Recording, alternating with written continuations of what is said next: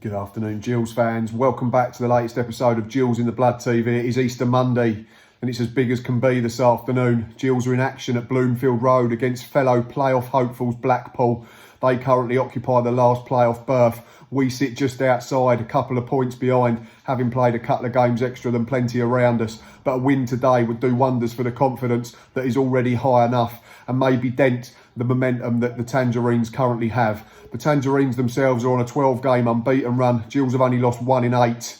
Team news is in. We're only about 15 minutes away from kick-off. And unsurprisingly, Steve Evans has gone with exactly the same 11 and exactly the same 18 as he did against Wigan. So for the third time running, it is a Gills team of Jack Bonham in goal, a back four of Ryan Jackson, Jack Tucker, Connor Ogilvie and Tommy O'Connor, a middle four of Jordan Graham, Carl Dempsey the captain, Stuart O'Keefe and Alex MacDonald, and a front pairing of Verdane Oliver the top scorer and John Akindi.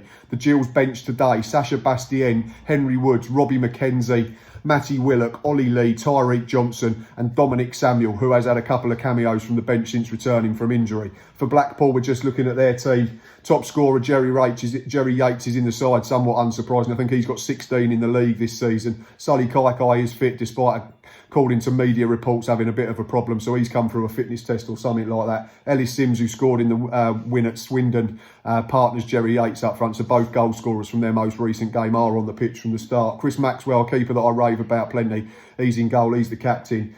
And Dan Ballard returns to the heart of their defence to boost them. But it's going to be two evenly matched sides. It's going to be a fiercely contested game, I feel. And fingers crossed that we can pick up a positive result and continue this playoff dream, even if it is still a possibility rather than a probability. Right, about 10 minutes to go until kick-off. I'll bring you footage as and when. Early chance for Ryan Jackson to wind up a long throw. There's only a minute and a half gone. Game's predominantly been played in Blackpool's half in these opening few seconds, albeit with no real chances created. Here comes the throw in now, long and flat from Jackson. Defender wins the first one. Alex MacDonald, snapshot just over Chris Maxwell's bar, but it's a bright start from the boys in blue. 2 minutes on the clock, goalless. First real intent from the Tangerines. It was good interplay in the middle of the park.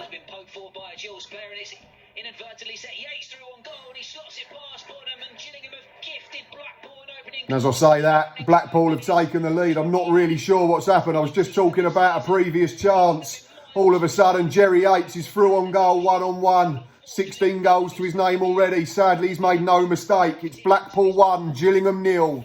Just had a look at the replay. Unfortunately, it's Stuart O'Keefe's going to have to take some of the blame. He turns and tries to intercept a pass, and all he's done is effectively played a through ball that set Yates away. And like I said, he's tucked it under Bonham, and we've got work to do now. 5.5 played. We trail by a goal to 0. Real chance for the Gills to get level. The Blackpool centre-half's trying to see it out of play. Doesn't. John Akindi nicks it off him on the byline. Can he go for goal? Chooses to cut it back to Verdane Oliver. The other centre-half gets across and covers, and then Chris Maxwell falls on it. Immediate chance for Gills to get back on level terms, but it's not to be. Still 1-0 down. Half a chance for Jerry Yates to add to his tally. It's a good ball in from the right-hand side. I'm not sure who it is. He's whipped one in, left-footed, in-swinging. Jack Tucker's got caught underneath it. Jerry Yates far post should hit the target, but he's headed it wide. Still 1-0 to Blackpool. 12 minutes played. Brilliant play from John Akindi on the left-hand side. Gets the ball into the box. Jordan Graham on the swivel. Slots it under Chris Maxwell. The Gills are level with 13 minutes on the clock. It's a really good goal. A really good finish from Jordan Graham. But it's all about the work of big John Akindi. We're back on terms. 2-1 to the home side, and it's Jerry Yates at the double. It's a really good run and finish. Luke Garbutt with a free kick wide on the left. Puts in a delicious cross. Yates gets across his man, little toe poke finish in at the near post. But for me, it's not a free kick in the first place. Jack Tucker's getting touch tight to Yates on the touchline. Yates is backing in. For me, it's 6 of one and half a dozen of the other. For some reason, Darren Drysdale's given a free kick. But from there, it's brilliant from Blackpool. It's really good delivery and it's a really good finish. And we've got work to do again. Half a chance for Alex MacDonald, edge of the box after we've recycled play. Carl Dempsey gives it to Jordan Graham wide on the right. Gets the cross in, but it's not got much pace on it. Alex MacDonald, right-footed though, scuffs it through to Chris Maxwell, who just picks it up, no problem at all. But Gills are still well in this game. Certainly a game for the attacking players at the moment, though. Both defences look like they're creaking all the time, every time they're put under pressure. 25 on the clock, 2-1 to the Tangerines. 3-1 to Blackpool, and it's a brilliant, brilliant goal from Sully Kaikai. There's 3 or 4 passes. We can't get close enough to them. It's quick, it's incisive, it's one touch. Kaikai out of his feet, drives a brilliant effort across Jack Bonham. It might have even clipped the inside of the far post. But we've been decent enough, especially from an attacking point of view, but we've got loads to do all of a sudden. There's only half hour gone and we're 3-1 behind. Sky is blue, water is wet, card is yellow for Stuart O'Keefe once again. I think he's going along at pretty much a caution a game at the moment, and it's deserved. We're trying to get the ball in their box. It bounces up, the Blackpool player gets there first, and O'Keefe's late with his challenge. He's been a problem for me today, unfortunately. Stuart O'Keefe's been absolutely superb since he's been back in the side and played a huge part in getting us to where we've got to. But he's just looked a little bit off the pace a little bit today, and that's meant that Blackpool have been able to play through us a bit too easily. And that's why we're 3-1 down. I think just looking a bit of a half chance at the other end, but Carl Dempsey unfortunately has overrun it when through on goal and tried to cut it back, and it's been cleared. But 36 on the clock. Stuart O'Keefe booked. We're 3-1 down. Gills nearly back in it. Stuart O'Keefe pinches the ball in the middle of the park, drives into the box. It's an excellent left-footed drive. It looks like it's going in the bottom corner. Chris Maxwell, bane of my life, makes a brilliant save with his fingertips, and it's gone out for a corner. Blackpool 3, Gillingham 1. About 5 minutes left in the half. Into injury time at the end of the first period. Gills have got a throw in. It's going to be Ryan Jackson going to launch this one, surely. There's about a minute and a half to go. Of time added on by Darren Drysdale. He's gone short for Jordan Graham. Jordan Graham's run down a bit of a blind alley. I don't know why we just didn't get in the box. Graham's done well, fairness to him. No, Stuart O'Keefe clipping one in left-footed. Alex McDonald at the far post. Won his header, that's good. For Dane Oliver on the spin. He's gone over. No appeals. That's good defending against from Blackpool. Dane Oliver's not had a kick, in fairness, our top scorer. Compare that with Jerry Yates, who's on the score sheet twice already. That's a major difference between the two sides. Here comes Alex McDonald again. He's giving it to Dane Oliver, edge of the box. He's got a shot away. Oh, it's just wide. We are creating chances. It's still a case of attackers getting the better of defenders, but we need to get the next goal in the game. That's probably it for the first half. Half time at Bloomfield Road, and it's currently Blackpool 3, Gillingham 1. We've got plenty to do second period. We got back on terms through Jordan Graham after Jerry Yates' early opener. But after that, Blackpool scored 2 very good goals. Don't agree with a free kick for the second, but after that, it's all quality from the Tangerines.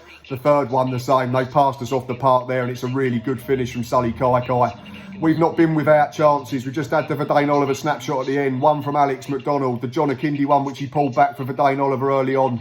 And yeah, you think we could probably score another one, but at the other end, you fancy Blackpool to notch again because Yates and Sims have been bullying our centre-half throughout the first period. But you never know. We're still in it if we can pinch the second one and get it back to 3-2 and make them a little bit nervous. Their home form involves a lot of draws. But as it stands at the break, Gills have got a lot of work to do to get back into this one. 3-1 to Blackpool. Early free kick here for Gills, and it's a bit of a bonus. We looked like we was going down a blind alley, and it was a silly challenge from Kaikai. Conor Ogilvie with the flick. Jack Tucker flicks it towards goal. It's easy for Chris Maxwell. Gills have come out on the front foot, though. Credit to the boys in blue this second period. It's just under 2 minutes gone, and we've just had a half chance, but we need to score the fifth goal in the game, don't we, to give ourselves any hope of getting something from this one. Still 3-1 down. More inconsistent refereeing from Darren Drysdale. In the first half, Stuart O'Keefe's late, trying to charge down a clearance, gets a yellow card, and rightly so. He's just been a victim of exactly the same tackle from Grant Ward. Referee gives a free kick, doesn't even talk to the Blackpool player. So frustrating, but like I've said on previous occasions, it's something you get used to at this level, unfortunately. Free kick to the Gills. Double change for the Gills with 58.5 minutes on the clock. The first one is Alex McDonald. I think's been really good today. He's harshly coming off for me. He's involved in the goal. He was involved in all our best attacking work first period. He's put in a shift out of possession, but he's been sacrificed for Oliver Lee. Dominic Samuel's the second player who's going to be coming on. I'm just waiting for the board to go up to indicate who's coming off. Just ball's carried on. It looks like it's John Akindi, but we're just waiting for confirmation on that. I can't. Yeah, it's John Akindi. It's just flashed up on the coverage. So Akindi, McDonald off, Samuel, Ollie Lee on.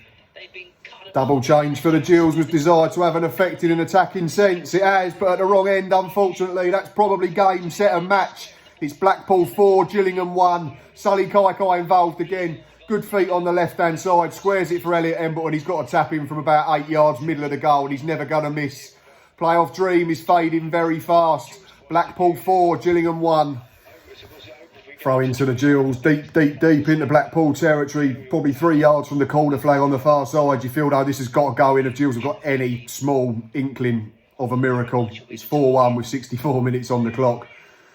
Here it comes now, Ryan Jackson's throw over. Dane Oliver's tried to win the flick on but missed it. It's been hacked clear all the way to the halfway line. Jack Tucker with a header out to the left-hand side, which Jordan Graham will keep in. I'll just stay with this for a few seconds to see if we can make anything. Good ball down the line for Oliver Lee. It's come inside to the captain, Carl Dempsey. Ball into the boxes over the top. Dane Oliver's on his heels again, which has been the case, unfortunately, this afternoon. Beat the first centre-half. No one's gambled to get to the 6-yard line. Still 4-1 down. Fairly lengthy break in play at the moment at Bloomfield Road. It's a substitution for the third team today. That's the officials. The linesman on this near side, as I'm watching, looks like he's pulled a quad. So there's a bit of a delay while we get him sorted out and the replacement coming on. So be a fair bit of injury time at the end of the game. But yeah, the officials are certainly trying to waste time and see the game out for Blackpool. In terms of Gills, we've probably not quite been good enough today. Our key players have not been quite at it. Jack Tucker and Connor Ogilvie got bullied first half. Stuart O'Keefe probably put in his worst performance for me since he returned to the starting 11. And for Dane Oliver's barely had a kick, like I said, at half time. And 4-1 is probably a bit harsh on us. We had chances in the first half. But Blackpool are a really good side, bottom line. And they'll be a threat to anyone in the playoffs if that's where they end up.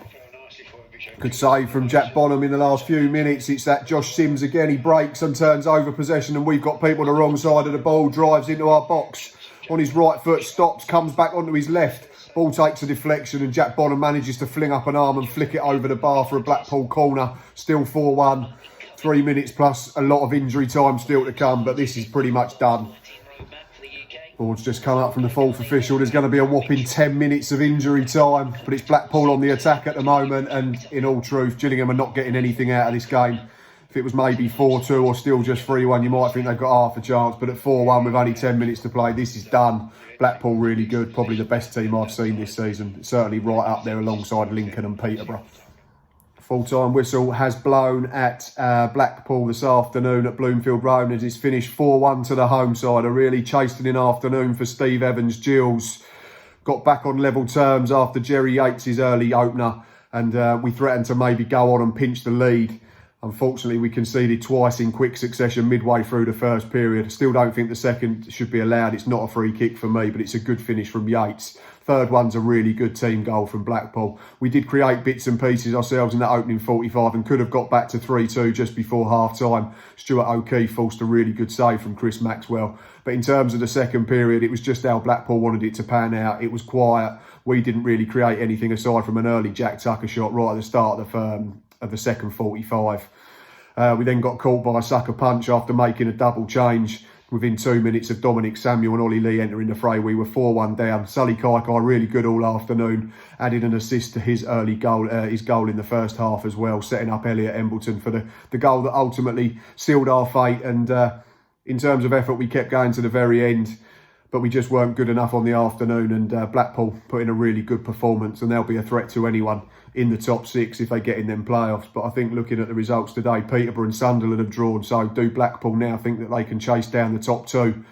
The only saving grace for us in terms of the playoffs, which we said beforehand were a possibility rather than a probability, is that Doncaster have lost to Bristol Rovers, Oxford have lost at home to Accrington, and Ipswich have been held 0-0 at Rochdale. So all them teams around us have dropped points as well. Charlton, Lincoln postponed because of COVID. But yeah, a really tough afternoon for the Gills, and Blackpool fully value for their 3 points.